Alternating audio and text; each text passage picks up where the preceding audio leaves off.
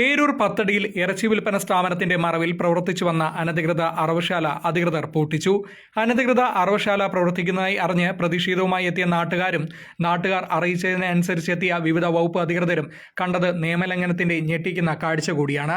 ഇതേ തുടർന്നാണ് സ്ഥാപനം അധികൃതർ പൂട്ടിച്ചത്.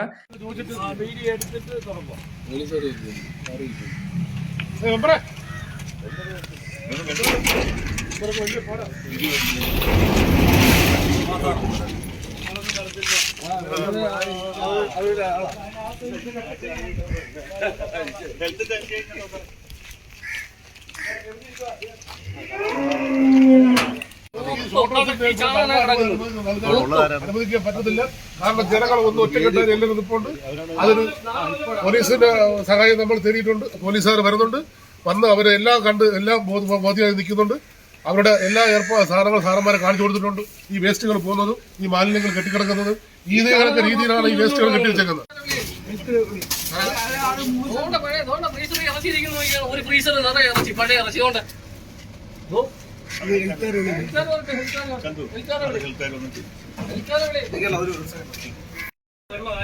നേരെ പോണാണ് ആ കുഴി അവിടെ പോയി വീഴുന്നു. ഈ ദുർഗന്ധം വരാൻ ആരെ ജനങ്ങളിൽ ഈ തോട് നരസിംഹ അമ്പലത്തിന് ആ തോടി നേരെ ഇത്തിക്കരാറ്റി പോണം. വെള്ളം ഈ വെള്ളം ഇത്തിക്കരാറ്റി പോണം. വെള്ളം അവിടെ ഈ വോട്ടിങ് കട്ടിൽ കുഴി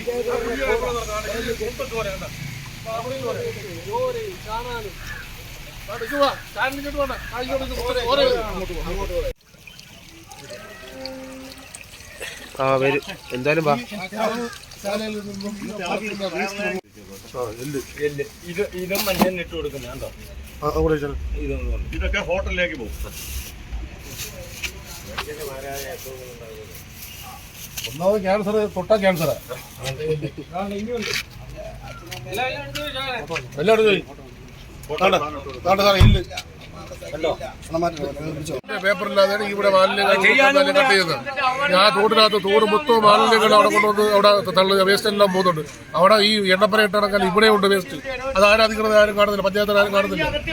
ഷോട്ടേഴ്സിന്റെ ഇവിടുന്ന് ഒരു ഷോട്ടേഴ്സിന്റെ പേപ്പർ കൊണ്ടുവന്ന് ലേലം ചെയ്ത് പിടിച്ച് ആ പേപ്പറിന്റെ മറവിലാണ് ഇവിടെ ഇട്ട് കശാപ്പ് ചെയ്ത് കടക്കാത്തിട്ട് ആ വേസ്റ്റ് ആ വെള്ളം ചോര ചെയ്ത് അഴുക്കുവാണ് ഈ തോടുവാരം ഓടുന്നത്. ഈ തോടിന്റെ വെള്ളം എന്ന് പറയുന്നത് ഇപ്പൊ ഉണക്ക് സമയത്ത് ഈ വെള്ളത്തിൽ നിൽക്കുന്ന ഇത്തിക്കരാറ്റില്ല. ആയിരക്കണക്കിന് വീടുകാർ കന്നാലെ കുളിപ്പിക്കുക, തുണി കഴിയുന്നത് ചെയ്യുന്ന ചെറുതോടായത് ചെന്ന് നിൽക്കുന്ന ഇത്തിക്കരാറ്റിനകത്ത് ആ രീതിയിലാണ് അടികൃതമായ രീതിയിൽ ഇവിടെ രണ്ട് പാവങ്ങളെ പിടിച്ച് അകത്താക്കി. ആ വണ്ടിയുടെ ഓണർഷിപ്പ് ആരാന്നുള്ള അവർക്ക് തിരക്കിയില്ല. ആ വണ്ടിയുടെ ഓണർഷിപ്പിന് ഈ കട മുതലാളിമാർ ആരെയും അവർ അറസ്റ്റ് ചെയ്തിട്ടില്ല. രണ്ട് സ്റ്റാഫുകളെ വെച്ചാണ് അവർ അറസ്റ്റ് ചെയ്തിരിക്കുന്നത്. അറസ്റ്റ് ചെയ്തത് ഇവിടെ നിൽക്കുന്ന 400 രൂപ ശമ്പളക്കാരെ രണ്ടുപേരെ അറസ്റ്റ് ചെയ്തത്. അതിന്റെ ഓണർഷിപ്പിന് അറസ്റ്റ് ചെയ്തില്ല. പിന്നെ കടയുടെ മുതലാളിമാരെ അറസ്റ്റ് ചെയ്തില്ല.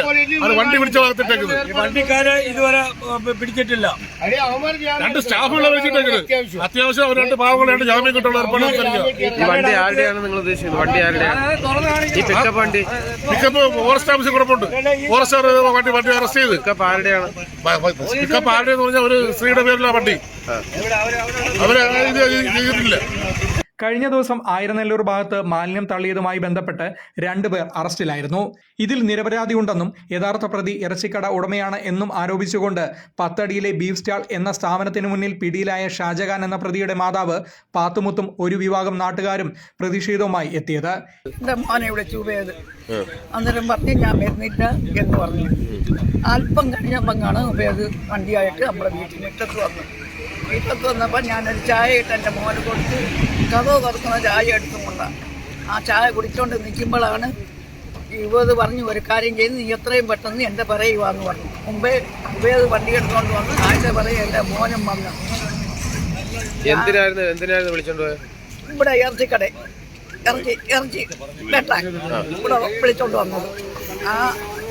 എനിക്കത് ഈ കണ്ണ് കാണാൻ വയ്യ. എൻ്റെ മോൻ കൊണ്ടുവന്നാണ് ഞാൻ ജീവിക്കുന്നത്. എൻ്റെ മരുമകൾക്ക് സുഖമില്ല, ക്യാൻസർ രോഗമാണ്. വല്ലാത്ത ദുരിതം പിടിച്ച ജീവിതത്തിലായി ഞങ്ങൾ ജീവിക്കുന്ന. എൻ്റെ മോൻ കൊണ്ടുവന്നാണ് ജീവിക്കുന്നത്. ഇന്ന് വരെ ഇവരെന്താന്ന് പോലും ചോദിച്ചിട്ടില്ല. കൊത്തുപിള്ള പൈസയും കൊണ്ട് ചെന്നു ആ പെണ്ണുമ്പിള്ളക്ക്. ആ പെണ്ണുമ്പിള്ള പേടിച്ചോന്നറിയാൻ വയ്യ. അതുകൊണ്ട് 2 ദിവസത്തിനകം വെച്ച് എൻ്റെ മോനെ എങ്ങനെങ്കിലും ഇറക്കി നിങ്ങൾ എല്ലാവരും കൂടി എങ്ങെങ്കിലും സഹായം ചെയ്ത് തരുക. ഞാൻ താഴെ വീണ് നിങ്ങളുടെ കാര്യങ്ങൾ പറയുക. എനിക്കൊരു ഭർത്താവില്ല. എൻ്റെ മോൻ കൊണ്ടുവന്ന കഴിയുന്ന മോനെ വയ്യാതെ കിടന്ന ചെറുക്കനെ ഞാൻ വിളിച്ചോണ്ട് വന്ന് എൻ്റെ മോനെ ചതുവിലാക്കിയത്. ഞങ്ങളില്ലെങ്കിൽ 5 പേരും ഞങ്ങളുടെ ജീവൻ ഉപേക്ഷിക്കും.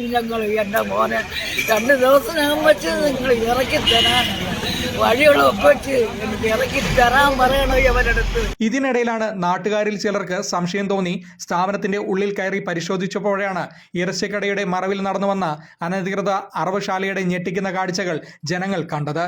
ഇറച്ചിക്കായി വെട്ടിയ കാള, പോത്ത്, പശു അടക്കമുള്ളവയുടെ എല്ലും തോലും തലയും ഉൾപ്പെടെയുള്ള മാലിന്യങ്ങൾ പിറകുവശത്തായി വലിയ വീപ്പകളിലും പെട്ടികളിലുമായി സൂക്ഷിച്ചിരിക്കുകയായിരുന്നു.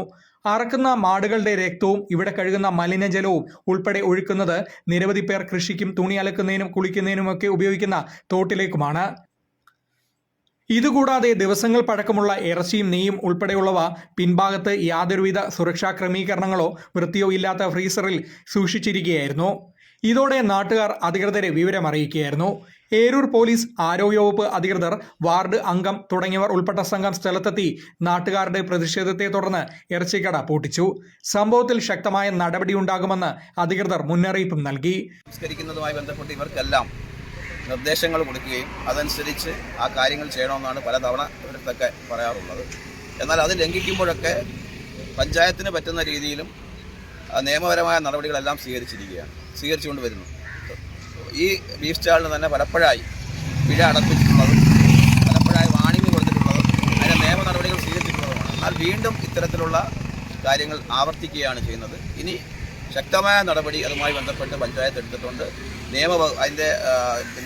നിയമപരമായ കാര്യങ്ങളുമൊക്കെ കൃത്യമായി നടത്തിക്കൊണ്ടു പോകാൻ തുടർ നടപടികളും കൃത്യമായി തന്നെ ഉണ്ടാകുമെന്നാണ് ഈ അവസരത്തിൽ പറയാനുള്ളത്. വേറൊരു കാര്യം സൂചിപ്പിക്കാനുള്ളത്, ഇപ്പോൾ കഴിഞ്ഞ ദിവസമാണ് ഈ മാലിന്യങ്ങൾ നമ്മുടെ ഫോറസ്റ്റ് ഏരിയയിൽ ആയിരനെല്ലൂർ മാലിന്യങ്ങൾ നിക്ഷേപിച്ചിട്ടുള്ളത്.